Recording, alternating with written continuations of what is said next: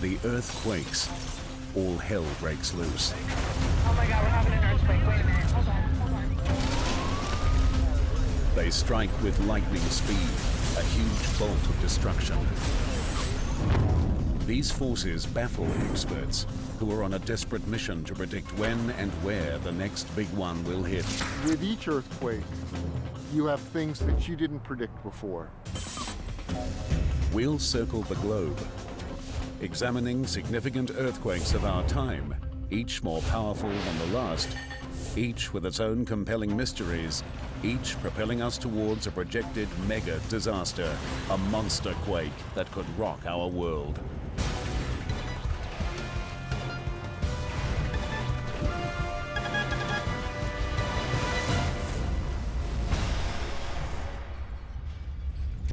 Earthquakes are one of the most destructive and unpredictable forces on the planet. Without warning, solid ground cracks, shifts and buckles, threatening anything in its path. It's estimated that several million earthquakes shake the planet every year. Most are barely detectable tremors, but at least once a year, somewhere on the globe, a major event strikes. Most earthquakes are created by movements of titanic slabs of the Earth's crust, called tectonic plates. Enormous pressure builds as the plates strain against each other. When plates slide past each other, a strike-slip earthquake forms. When plates collide head-on and one slides under the other, a thrust earthquake occurs. In both cases, the Earth's crust tears and snaps, releasing a giant burst of seismic force. The amount of energy released by an earthquake is known as its magnitude. The higher the magnitude, the more energy released. An earthquake of magnitude 8 or higher releases as much energy as 1 billion tons of TNT, or 67,000 Hiroshima bombs. Earthquakes' destructive energy has cost almost 8 million lives in the last 1,000 years. The fatality rate is rising as populations in high-risk areas increase dramatically. And it's kind of an inevitable shift as people cluster more and more. The largest cities continue to grow larger and larger. Today, there are 17 cities jammed with more than 10 million people. 140 other metropolitan areas have populations topping 2 million. More than half of these are within striking distance of a major fault line, placing hundreds of millions directly in the line of fire. A lot of times, we are our own worst enemies in terms of where we build and how we build these cities. It's only a matter of time before another city is hit by a devastating earthquake.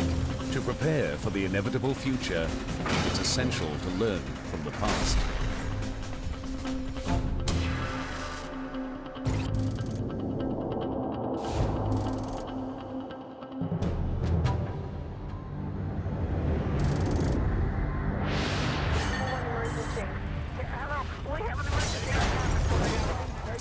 October 17, 1989, San Francisco, California. For 15 horrific seconds, the city by the bay is rocked by a magnitude 6.9 earthquake. The epicenter is near a mountain in Santa Clara County called Loma Prieta. Everybody's door and help them get out. Suburbs close to the mountain suffer serious damage. The ground splits open in huge gashes, hundreds of homes are thrown off their foundations, and small communities are ripped apart. 62 people were dead. But bizarrely, the greatest devastation and loss of life is 97 kilometers to the north in Oakland and San Francisco. The quake brings down a section of Oakland's Cypress Expressway, turning a busy freeway into a graveyard. Oakland firefighter Lorenzo Frediani is one of the first to respond. It was a horrible scene. It was such a large-scale disaster. Seeing huge pieces of the freeway on top of cars, fires beginning to erupt, everyone just yelling and screaming for help. Frediani and other rescuers race to find survivors. They fear the worst, that thousands are dead under the shattered remains of the expressway. This was at 5 o'clock approximately. This is its peak time. There should be bumper-to-bumper traffic. So when I saw the Cypress unfold in front of me, all I could think about was how many thousands of people would be dead. But amidst the horror, there is a life-saving stroke of luck. The earthquake hit as the two local baseball teams, the San Francisco Giants and the Oakland Athletics, faced off in the World Series. Millions are watching the game, and traffic is much lighter than usual. The fact that we had the ball game between the two Bay Area teams easily saved thousands of lives. As rescuers desperately try to free those trapped on the Cypress Expressway, another disaster unfolds across the bay. Nearly 200 buildings in the Marina District are severely damaged or completely destroyed. Fires started by broken gas mains add to the damage and panic. Stunned residents flee into the streets. But even as the marina suffers catastrophic damage, neighborhoods surrounding it escape almost unscathed. Seismologists like Jack Boatwright struggle to understand the quake's selective destruction. The ground motion and damage in the marina was a surprise not just to the lay people, it was also a surprise to seismologists. The earthquake seemed to defy logic. It targeted two specific areas, 97 kilometers from the epicenter, leaving most of the Bay Area untouched. Boatwright and his colleagues set out to solve this mystery by going back to basics. When a fault ruptures, spherical waves of energy are released, traveling through the ground until they reach the surface. Like any other kind of wave, they can bend, reflect, or join together to make bigger waves. Oakland and the Marina District were unlucky enough to be hit by a seismic double team, two sets of waves that joined together. One set traveled directly from the earthquake center to the surface. Another traveled deep into the earth, then bounced off the boundary between the solid crust and the molten layer beneath it. The reflected waves reached the surface 97 kilometers away from their source, directly under Oakland and the Marina District. This seismic double whammy was bad enough, but it became much worse when combined with a fatal mistake made by the city's forefathers. 100 years ago, this land didn't exist. As the Bay Area rapidly expanded, stretches of ocean became beachfront property.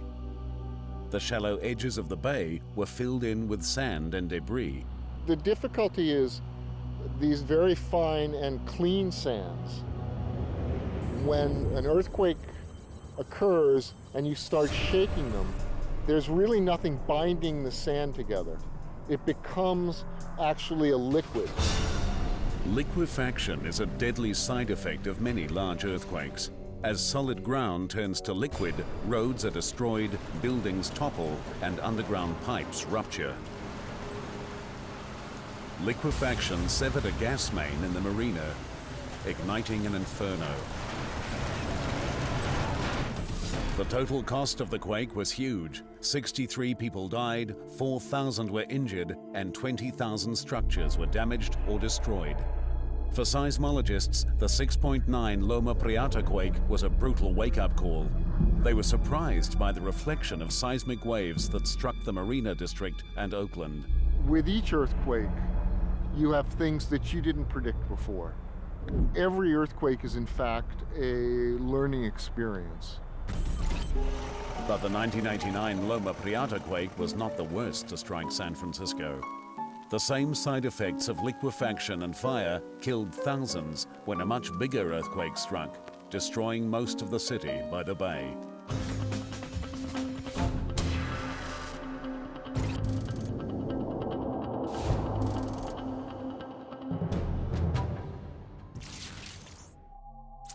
Around the turn of the century, San Francisco was actually the premier city on the west coast of the United States.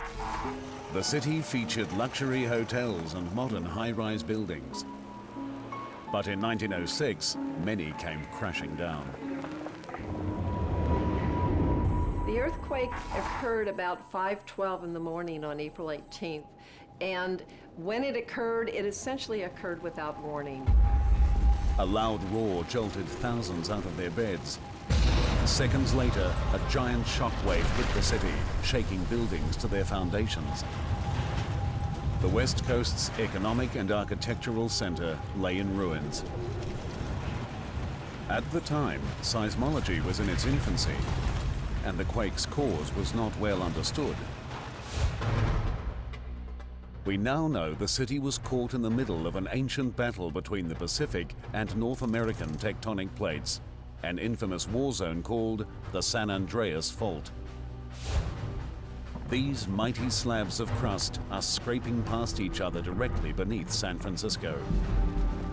When sections become locked together, enormous pressure builds up and is released as a strike-slip earthquake. In 1906, 435 kilometers of the fault ruptured. A magnitude 7.8 quake released 8 times more energy than the 1989 event. The first and fastest waves released by any earthquake are primary or P waves. They act like a sonic boom, shaking the ground and rattling windows. A few seconds behind are the secondary or S waves. These carry most of the earthquake's energy and are the most destructive kind of seismic wave. In San Francisco, the S waves tore huge gashes in the earth and ripped apart building foundations like paper. But it was another side effect of the earthquake that sealed the city's fate. Liquefaction of the ground severed gas and water mains, and San Francisco began to burn. Without a water supply, the fire department stood by helpless as the city burned to the ground. The descriptions of the fire they actually refer to this as a firestorm. And in a firestorm, the heat is so intense that it actually sucks in air. The fire raged for 3 days, incinerating 10 square kilometers, destroying more than 28,000 buildings and leaving 250,000 residents homeless. More than 3,000 people were killed.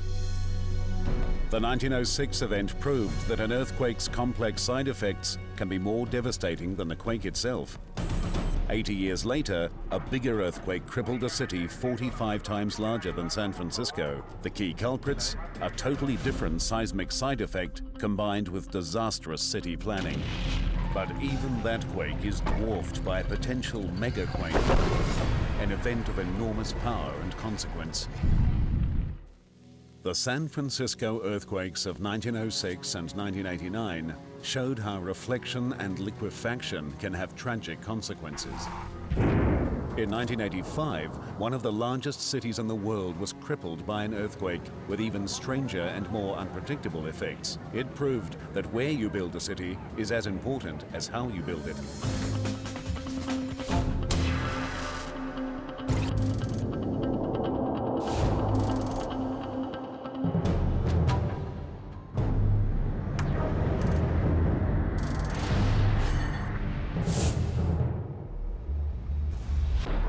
Mexico City is one of the world's largest cities, with a current population of more than 20 million. The metropolis sprawls across a mountain valley in the center of Mexico. It's a city of non-stop activity, its massive population busy day and night. On September 19, 1985, dawn breaks on a typical autumn morning. Millions of people face the new day. Suddenly, the earth begins to writhe and buckle. A magnitude 8 earthquake strikes the city. The epicenter is off Mexico's west coast. It unleashes 6 times more destructive energy than the 1906 San Francisco quake. Hundreds of multi-storied buildings disintegrate into rubble. Thousands of others are severely damaged. I didn't know what was happening. Your mind is racing 1,000 miles per hour. You don't know if you're already dead. The city struggles to cope as phone and electricity lines are severed, emergency services overwhelmed, and millions left to fend for themselves. 3 of the city's largest hospitals are severely damaged, adding to the chaos and casualties. One of the most horrific scenes is at the Nuevo León, a 15-story apartment building. Of the 1,800 people who lived here, more than 600 were killed. Cuauhtémoc Abarca is a stunned witness as the Nuevo León falls victim to the earthquake's rage. I recall it like a nightmare because this huge structure, so solid for us, in those moments it was collapsing, like if it was made of paper, like a model that an invisible hand was pushing down.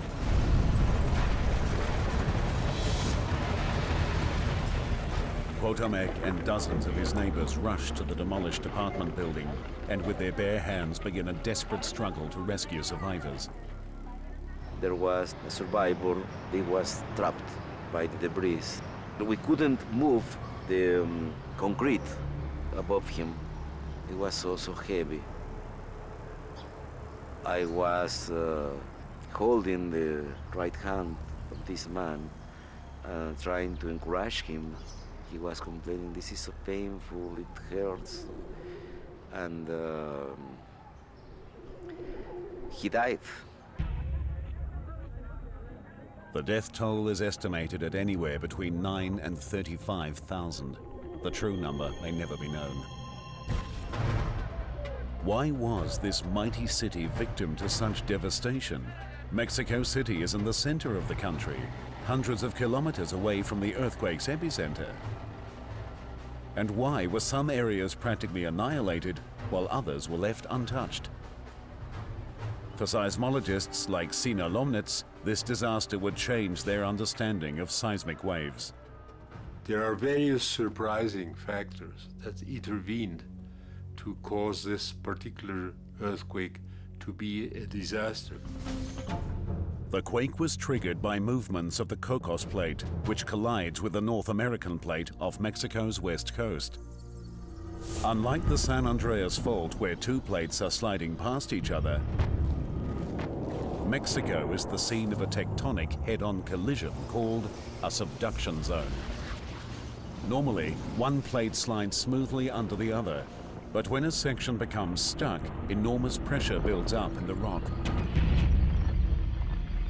On that fateful morning, the pressure finally becomes too much. A section of the Cocos subduction zone rips apart, blasting a massive shockwave of seismic energy towards Mexico at thousands of kilometers per hour.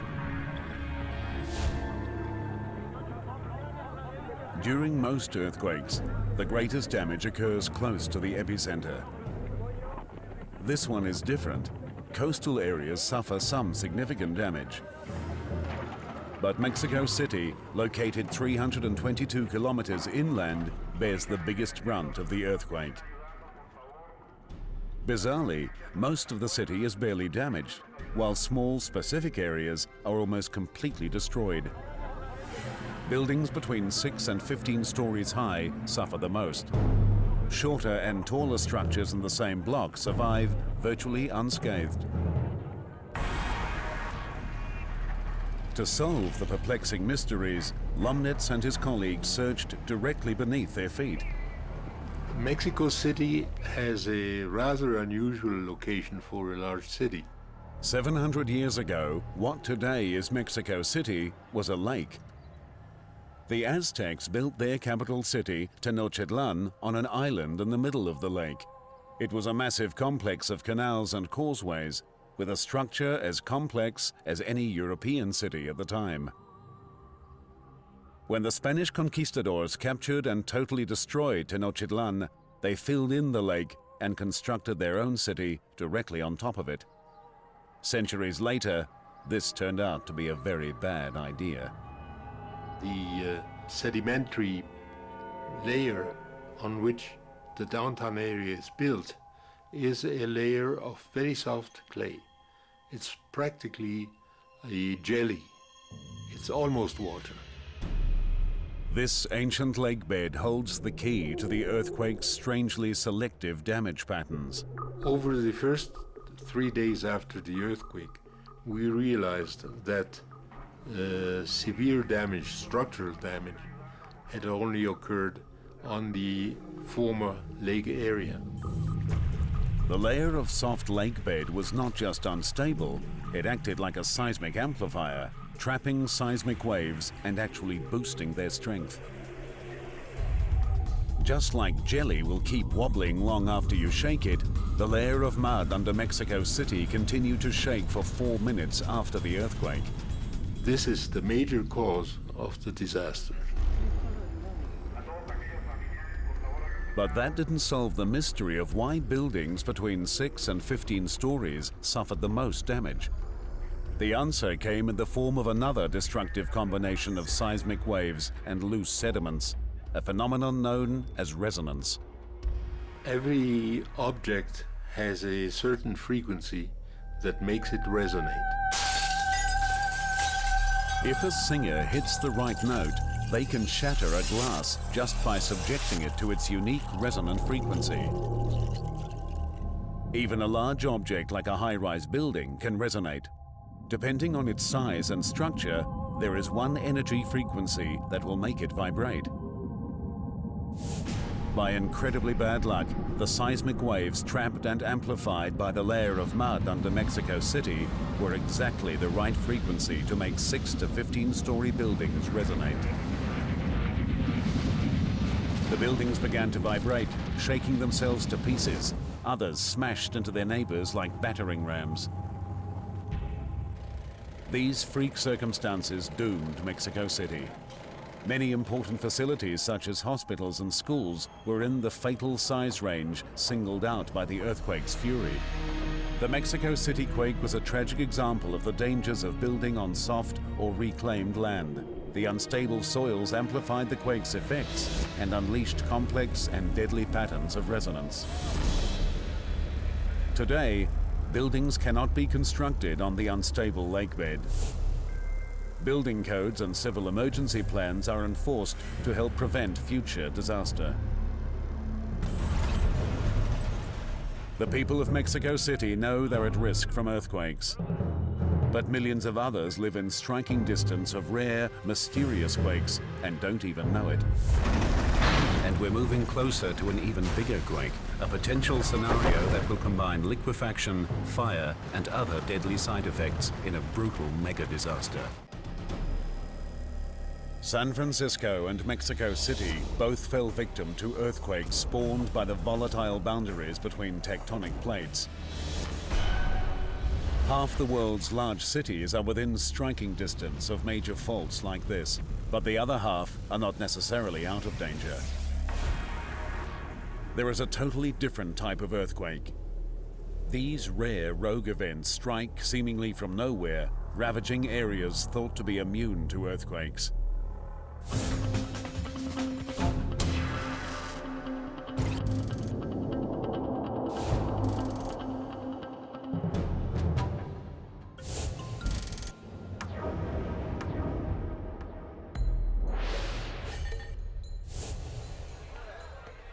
January 26 is India's Independence Day.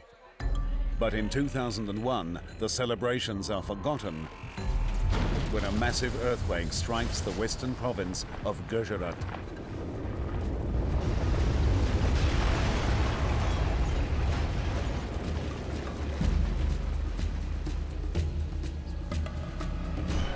The 7.7 quake destroys the historic city of Bhuj, along with many other nearby towns and cities.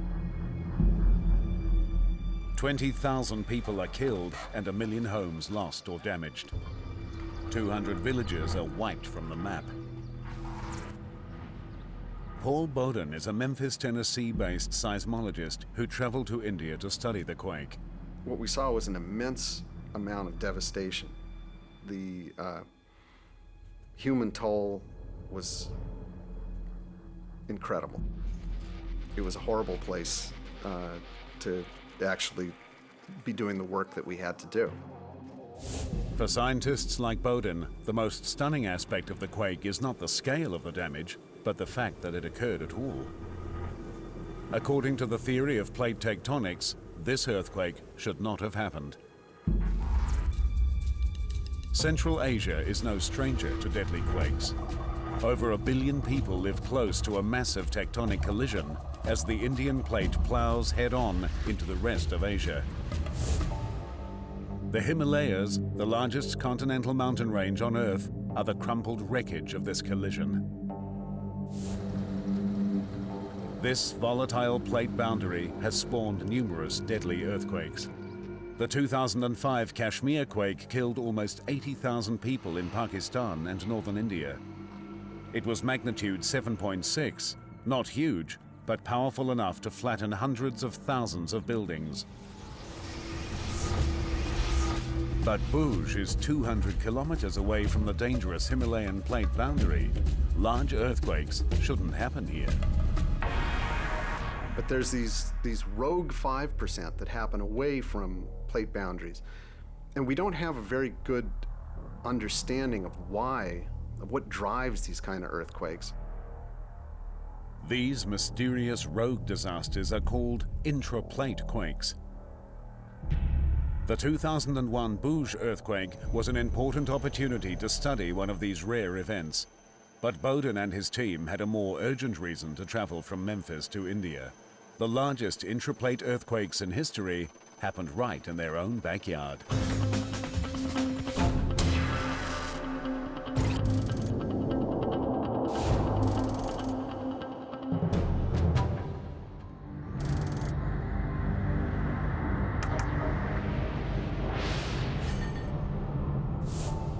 In the winter of late 1811 and early 1812, the Midwest of the United States was torn apart by a swarm of massive earthquakes.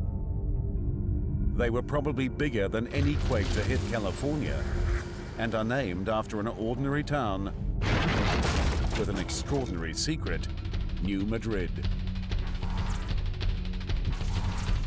The magnitude of each can only be estimated since seismic recording instruments didn't exist, but there is no doubt they were huge. The first, estimated at magnitude 8, hits on the 16th of December, 1811.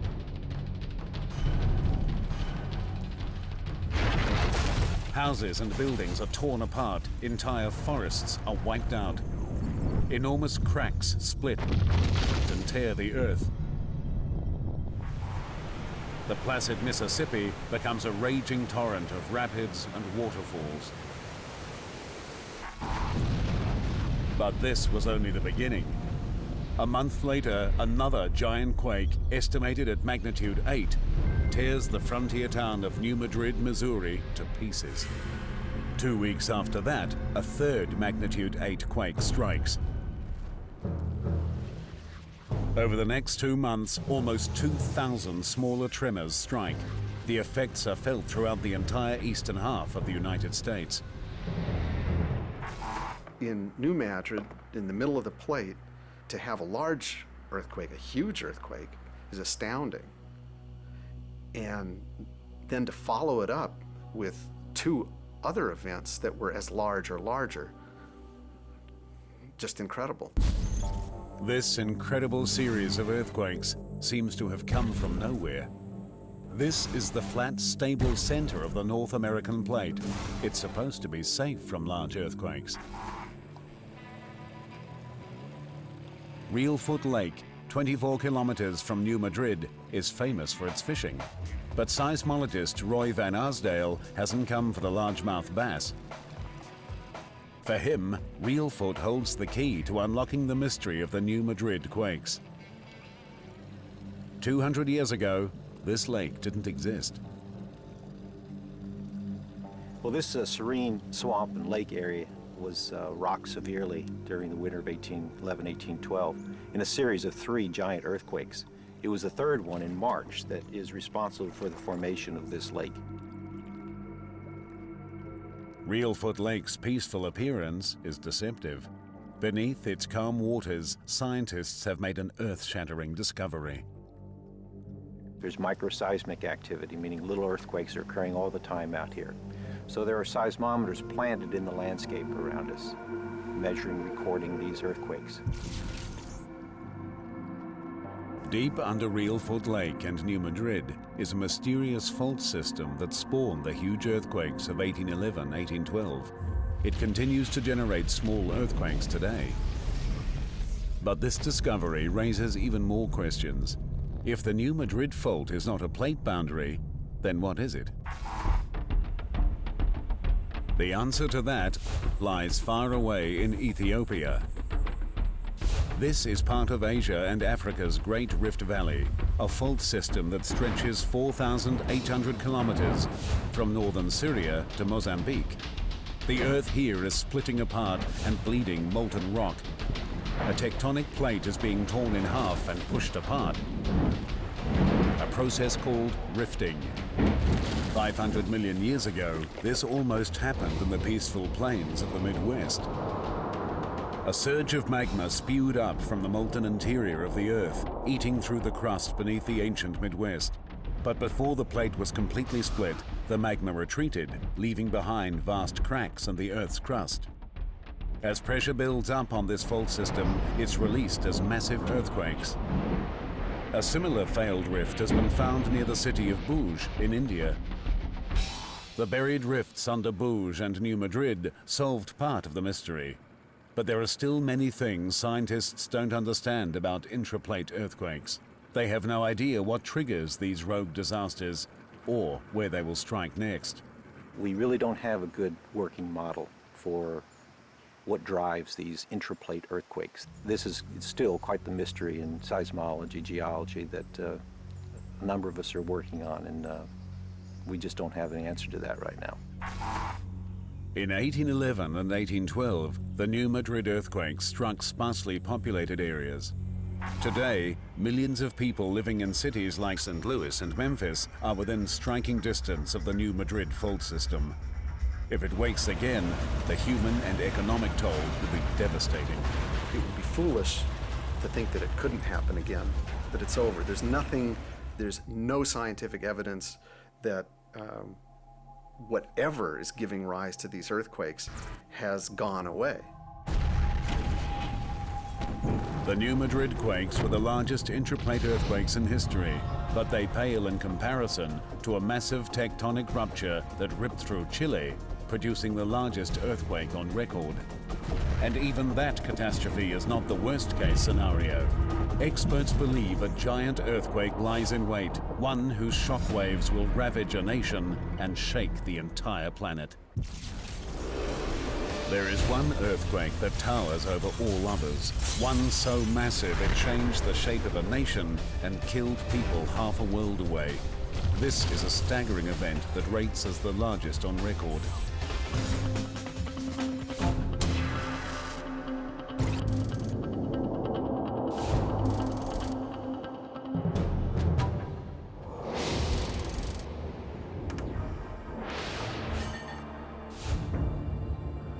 In the small Chilean town of Maullín, life is quiet and simple.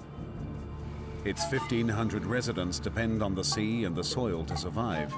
But in 1960, both elements conspired to decimate this peaceful place. Juana Lopez was 8 months pregnant when her world was torn to pieces. I was at my sister's house and felt a movement. Immediately I realized it was an earthquake.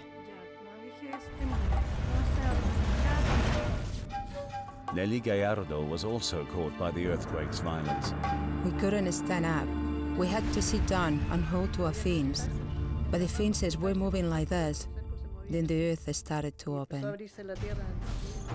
But the shaking in Maullín is just the beginning. A massive catastrophe is spreading across Chile, killing thousands and shaking the entire nation to its core. 161 kilometers off the Chilean coast, the small, dense Nazca Plate slams into the much larger and lighter South American plate, creating a subduction zone. This is far more dangerous than the one that affected Mexico in 1985, because here it runs the entire length of the continent.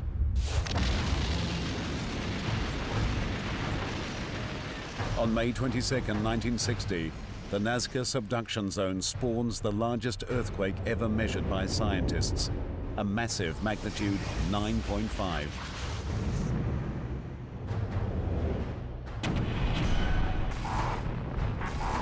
The amount of energy unleashed is equal to 32 billion tons of TNT, or more than 2 million Hiroshima bombs.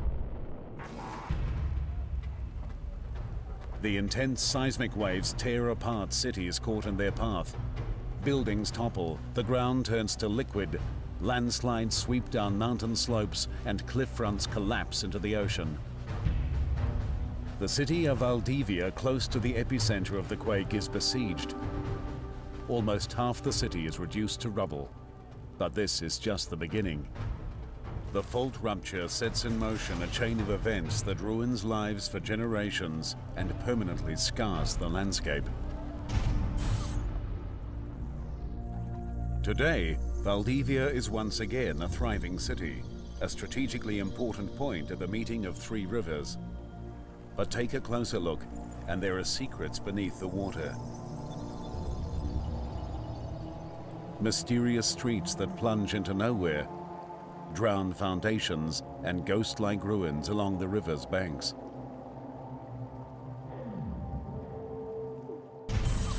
The 1960 earthquake did far more than shake things up. It forever changed the shape of the land itself. This ruined landscape is the victim of a side effect of the massive Chilean earthquake called subsidence.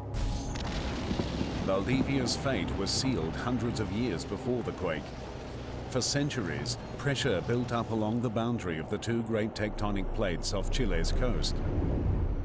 The South American plate began to slowly bulge upwards under the strain. When the fault ruptured in 1960, the strain was released on the South American plate. It snapped back to its natural shape, lowering a vast swath of land 2.5 meters. For the people of Valdivia, this is a disaster that will last for generations.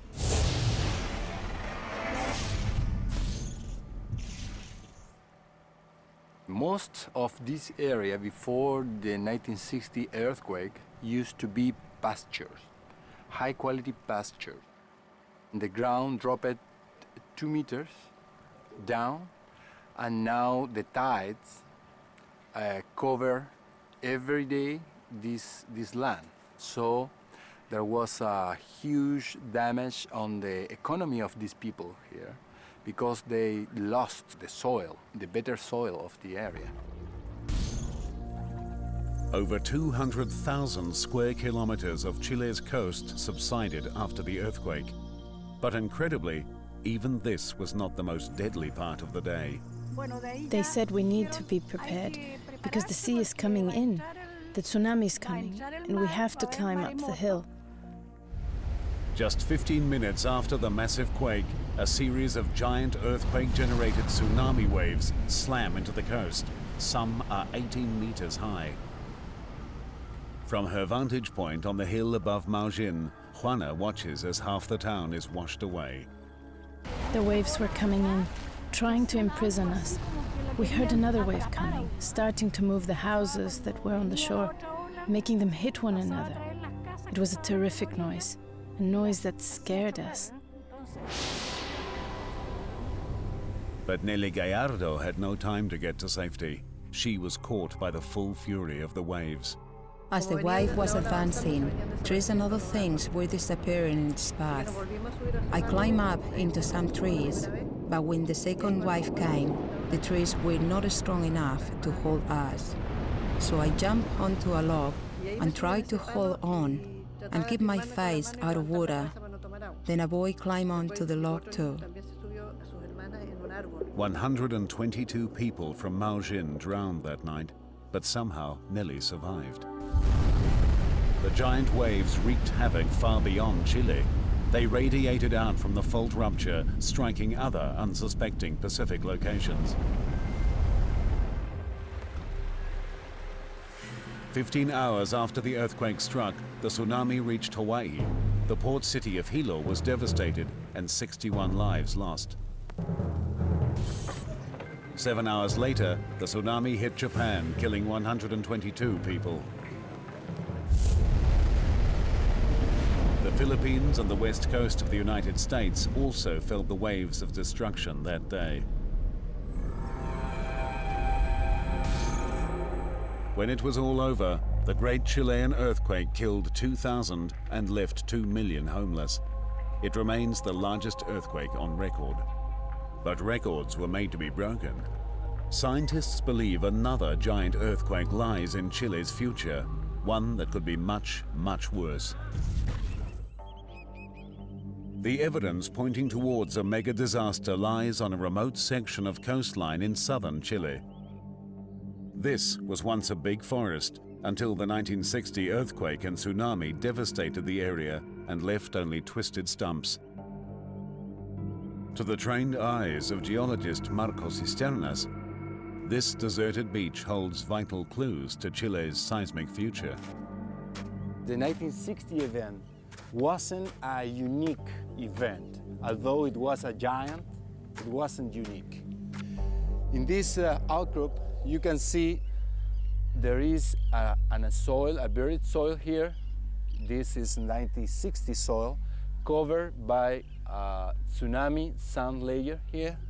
And below that, you can find another soil corresponding to the 1575 earthquake. Along this coast, there is evidence of another dozen earthquakes that ravaged the area in the last 2,000 years. So it is certain that in the future, another earthquake, giant earthquake, is going to strike central Chile. When it strikes, it will be an ultimate disaster, an event that will cripple a country and send shockwaves around the entire planet. In 1960, the biggest earthquake ever recorded rocked Chile. Thousands died, and the landscape of the country changed forever.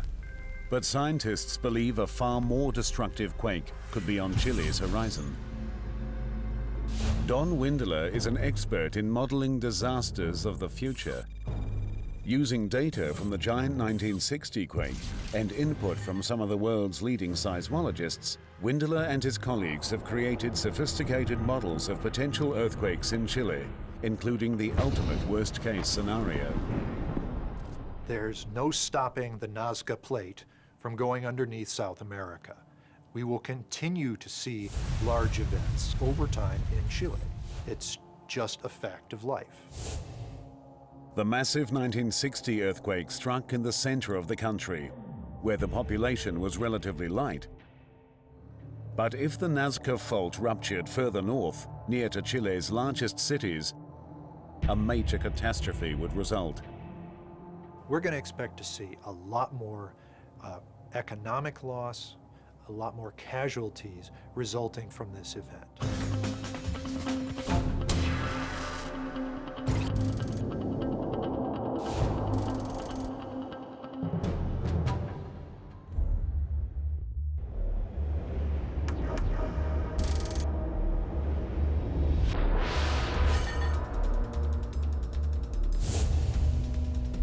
Valparaiso is one of Chile's major ports and home to its navy and houses of parliament. The city sits in an amphitheater facing the ocean. Most of its 270,000 inhabitants live on the steep hills above and are carried to their homes by unique machines called funiculars. Just up the coast from Valparaiso is the tourist resort of Viña del Mar, famous for its beaches and luxury hotels. Valparaiso and Viña del Mar are both part of Chile's most valuable stretch of land. If hit by a major earthquake, the nation would be ravaged. Just that one area from Valparaiso across the country through Santiago metropolitan area contains over 50% of the property value for the country of Chile. And any kind of event that has significant, serious damage to that area is going to have repercussions to the economy of the country. Windeler's nightmarish scenario begins 27 kilometers under the earth and 80 kilometers off the coast in the collision zone between the Nazca and South American plates. A stress point snaps. starting a chain reaction.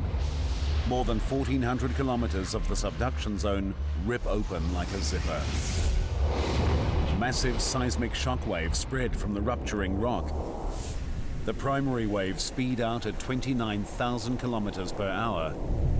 The arrival of the P waves in Valparaiso feels like a long sonic boom. Windows and buildings shudder. Some of the P waves shoot up into the atmosphere, emitting a frightening roar.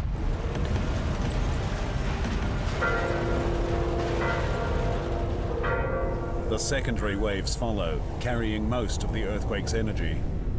Some surface waves shake the ground from side to side, twisting railway lines and shattering concrete structures. Buildings are shaken from their foundations.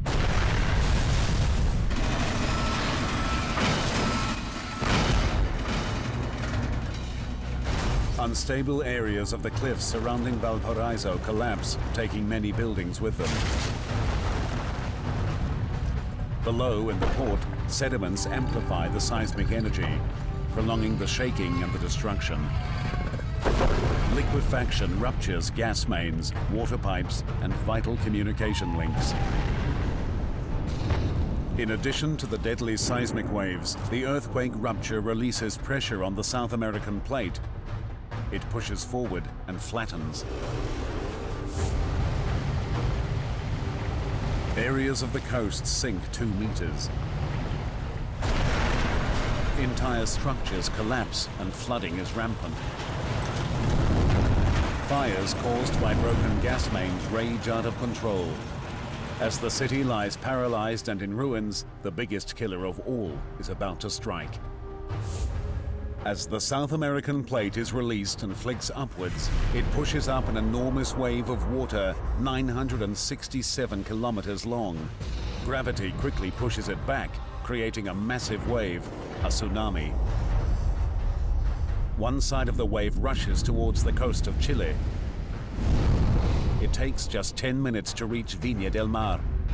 It hits the already besieged city with a 12-meter wall of ocean that smashes across the city.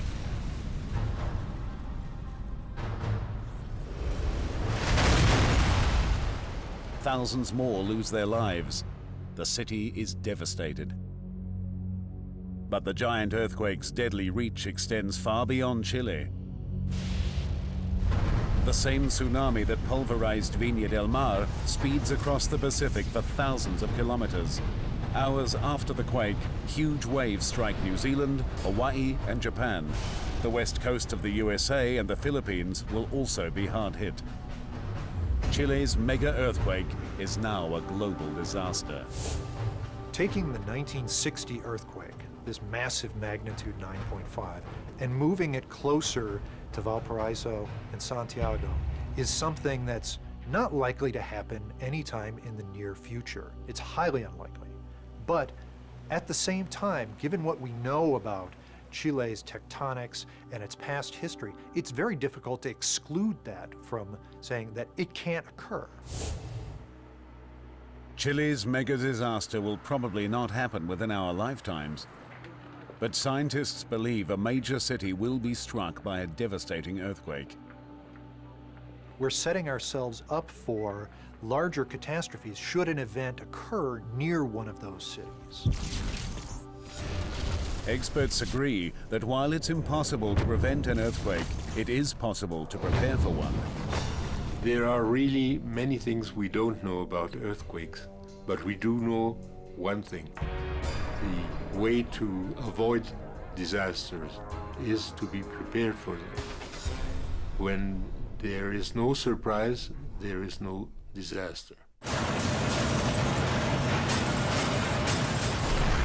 Danger is that if we're not prepared, if we don't prepare our cities for the hazard that exists, there'll be hell to pay. Half the world's population now lives in cities, placing hundreds of millions within striking distance of an earthquake. For all of them, the clock continues to tick on these giant underground time bombs.